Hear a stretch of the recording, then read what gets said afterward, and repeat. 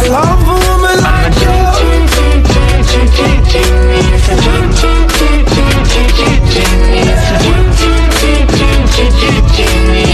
He's a genius. 'Cause I love a woman like.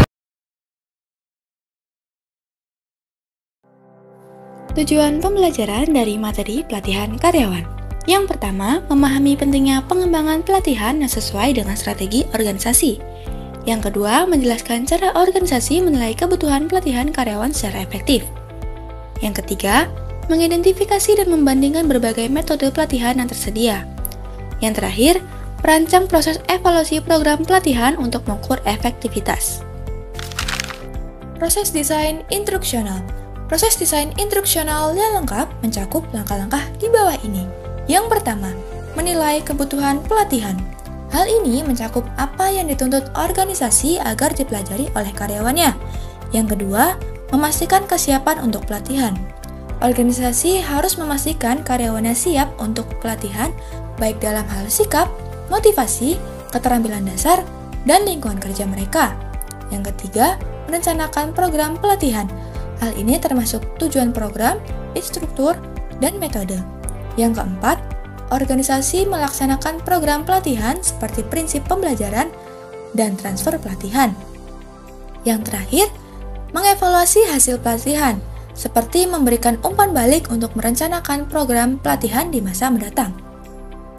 Selanjutnya ada proses pertama, yaitu penilaian kebutuhan.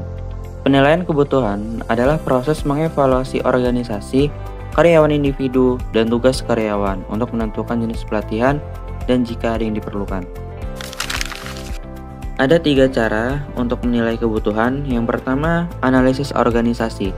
Dalam konteks apa pelatihan akan dilaksanakan? Maksudnya, menentukan konteks di mana pelatihan akan dilaksanakan, mencakup faktor-faktor seperti tujuan bisnis, perubahan teknologi, strategi perusahaan, serta tantangan eksternal dan internal yang mempengaruhi kebutuhan pengembangan karyawan. Yang kedua, analisis individu. Siapa yang membutuhkan pelatihan? Maksudnya, mengidentifikasi siapa yang membutuhkan pelatihan dengan meninjau kinerja, keterampilan, dan kesenjangan kompetensi setiap karyawan. Evaluasi ini dapat dilakukan melalui asesmen kinerja, feedback manager, atau data HR untuk memastikan bahwa pelatihan diberikan kepada individu yang benar-benar membutuhkannya. Yang ketiga, analisis tugas. Subjek apa yang harus dicakup dalam pelatihan? Maksudnya, menentukan materi atau keterampilan spesifik yang harus diajarkan dalam pelatihan. Ini dilakukan dengan menganalisis tugas dan tanggung jawab pekerjaan, lalu mencocokkannya dengan keterampilan yang diperlukan untuk melaksanakan tugas tersebut secara efektif. Nah, materi selanjutnya itu ada kesiapan untuk pelatihan. Kesiapan untuk pelatihan adalah kombinasi dari karakteristik karyawan dan lingkungan kerja positif yang memungkinkan pelatihan. Kesiapan ini ada ketika karyawan mampu dan ingin belajar dan ketika organisasi mereka mendorong pembelajaran. Nah, kombinasi karakteristik karyawan ini dan lingkungan kerja yang positif memungkinkan pelatihan. Nah, kesiapan untuk pelatihan itu ada 2. Yang pertama, karakteristik kesiapan karyawan. Kesiapan karyawan untuk belajar bergantung pada kemampuan kognitif dasar seperti pemahaman bahasa, pemecahan masalah matematika, dan logika.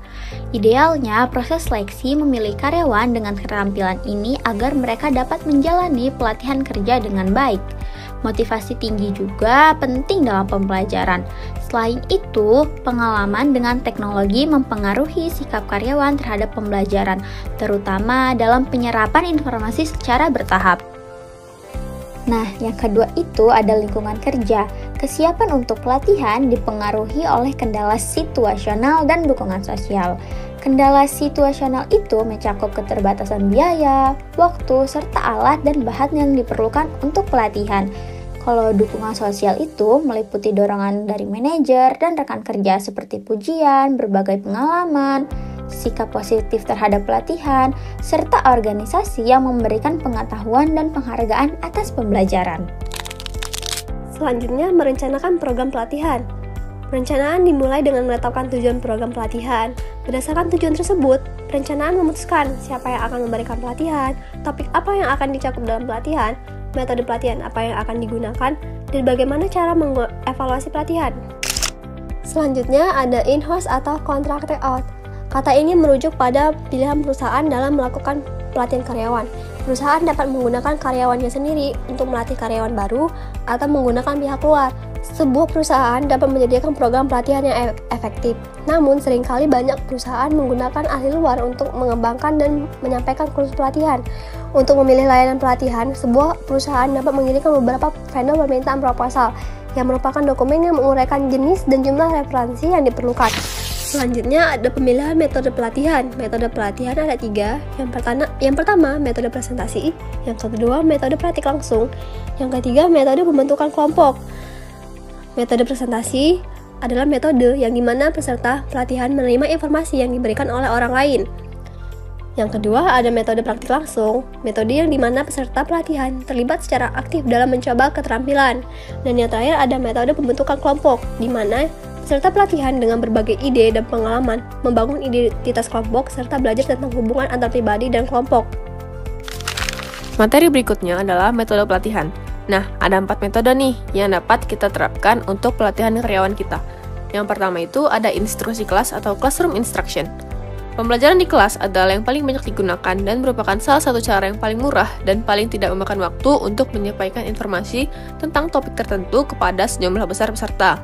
Hal ini juga memungkinkan interaksi kelompok dan dapat mencakup praktik langsung. Selanjutnya ada pelatihan berbasis komputer atau computer-based training. Teknik audiovisual dan pelatihan berbasis komputer tidak mengharuskan peserta untuk menghadiri kelas, sehingga organisasi dapat mengurangi waktu dan uang yang dihabiskan untuk pelatihan. Pelatihan berbasis komputer dapat bersifat interaktif dan dapat menyediakan interaksi kelompok pula. Teknologi baru semakin populer seiring dengan peningkatan teknologi dan semakin murahnya biaya pelatihan. Dengan pelatihan ini, peserta menerima materi kursus dan instruksi di komputer atau perangkat seluler mereka. Jadi, di dalam pelatihan base komputer ini terdapat alat yang biasa digunakan, yaitu e-learning. E-learning ini menggunakan jaringan elektronik untuk menyampaikan dan berbagi informasi dan menawarkan alat dan informasi untuk membantu peserta pelatihan meningkatkan kinerja. Program pelatihan dapat mencakup tautan ke sumber informasi daring lainnya dan ke peserta pelatihan dan pakar untuk berkolaborasi dalam pemecahan masalah ini. Selanjutnya, metode yang ketiga ada simulasi atau simulation. Metode pelatihan ini di tempat kerja seperti magang dan pelatihan kerja memberikan peserta pengalaman langsung. Artinya, simulasi adalah situasi kehidupan nyata yang memungkinkan peserta untuk melihat dampak keputusan mereka tanpa konsekuensi yang berbahaya atau mahal. Simulasi juga adalah metode pelatihan yang menggambarkan situasi nyata, dengan peserta pelatihan membuat keputusan yang menghasilkan hasil yang mencerminkan apa yang akan terjadi di tempat kerja. Selanjutnya ada pembelajaran aksi atau action learning. Bentuk lain dari pembentukan kelompok adalah pembelajaran aksi.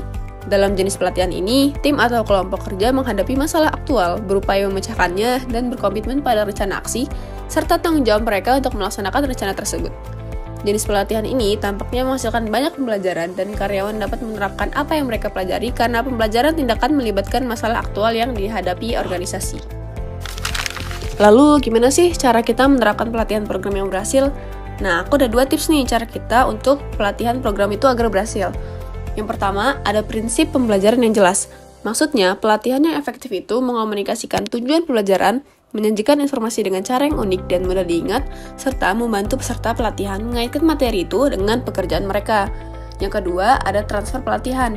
Maksudnya, penggunaan pelatihan, keterampilan, dan perilaku yang dipelajari dalam pelatihan itu di tempat kerja, karyawan seharusnya menerapkan apa yang mereka pelajari, kondisi tertentu yang harus ada seperti dukungan sosial, dukungan teknis, dan manajemen diri. Nah, materi selanjutnya yaitu mengenai evaluasi keberhasilan program pelatihan. Yang pertama yaitu ada menetapkan tujuan yang jelas. Tujuannya harus spesifik dan terukur, misalnya meningkatkan keterampilan komunikasi tim sebesar 20% dalam 3 bulan. Keterikatan, pastikan tujuan tersebut selaras dengan kebutuhan organisasi seperti peningkatan produktivitas atau peningkatan kepuasan pelanggan. Apa sih pentingnya untuk menetapkan tujuan yang jelas ini? Nah, pentingnya yaitu tujuan yang jelas membantu fokus pelatihan dan juga kemudahan dalam pengukuran keberhasilan. Yang kedua yaitu ada nilai pengetahuan dan keterampilan. Gunakan kuis, tes, atau penilaian praktis sebelum dan setelah pelatihan untuk mengukur peningkatan pengetahuan dan keterampilan. Contohnya, jika pelatihan berkaitan dengan penjualan, lakukan evaluasi untuk melihat peningkatan pemahaman produk dan juga taktik penjualan. Penilaian ini memberikan data konkret tentang efektivitas pelatihan. Yang ketiga, yaitu ada kumpulkan umpan balik peserta. Buat survei untuk mengumpulkan umpan balik peserta mengenai kepuasan peserta terhadap konten dan penyampaian pelatihan. Aspek yang dinilai ini mengenai tentang relevansi materi, kualitas pengajar, dan apakah peserta merasa pelatihan memenuhi kebutuhan mereka. Tujuannya dapat digunakan untuk memperbaiki program pelatihan di masa depan dan menyesuaikan materi agar lebih sesuai. Selanjutnya yaitu ada pantau metrik kinerja. Indikator kinerja ini yaitu mengidentifikasi dan menganalisis KPI yang relevan seperti produktivitas, efisiensi, atau kualitas pekerjaan. Nah, membandingkan data kinerja sebelum dan juga setelah pelatihan untuk mengukur dampak. Contohnya, jika pelatihan bertujuan untuk meningkatkan layanan pelanggan, lihat apakah ada peningkatan dalam skor kepuasan pelanggan. Dan yang terakhir yaitu menghitung pengembalian investasi atau ROI. Nah, penghitungan ROI ini dengan membandingkan biaya pelatihan dengan manfaat finansial yang dihasilkan, seperti peningkatan penjualan atau efisiensi. Memahami ROI juga membantu manajemen melihat nilai pelatihan dan mengalokasikan anggaran dengan lebih efektif. Terima kasih. Nah, tadi udah dijelasin kan sama teman-teman yang lain tentang pelatihan karyawan. Kesimpulannya, pelatihan karyawan merupakan bagian penting dalam manajemen sumber daya manusia yang bertujuan untuk meningkatkan keterampilan, pengetahuan, dan produktivitas karyawan. Training yang efektif membantu karyawan beradaptasi dengan perubahan, meningkatkan kinerja individu dan tim, serta mendukung pencapaian tujuan organisasi. Proses pelatihan melibatkan identifikasi kebutuhan, perencanaan program, pelaksanaan, dan evaluasi untuk memastikan efektivitasnya. Metode yang digunakan dapat berupa instruksi kelas atau classroom instruction, pelatihan berbasis komputer atau biasa juga disebut computer based training, lalu ada simulasi dan pembelajaran aksi atau biasa disebut action learning. Selain itu, pelatihan yang berkelanjutan membantu perusahaan tetap kompetitif dan meningkatkan loyalitas serta kepuasan karyawan. Secara keseluruhan, training karyawan bukan hanya investasi dalam pengembangan individu, tetapi juga strategi perusahaan untuk mencapai keunggulan dalam persaingan bisnis. والعود دندن دنلي والطبل طب طب طبني طب طب طب طب طب طب طب طب طب طب طبني والسقف سق سق سقلي والرقص قد طاب إلي شوى شوى وشاهي شوى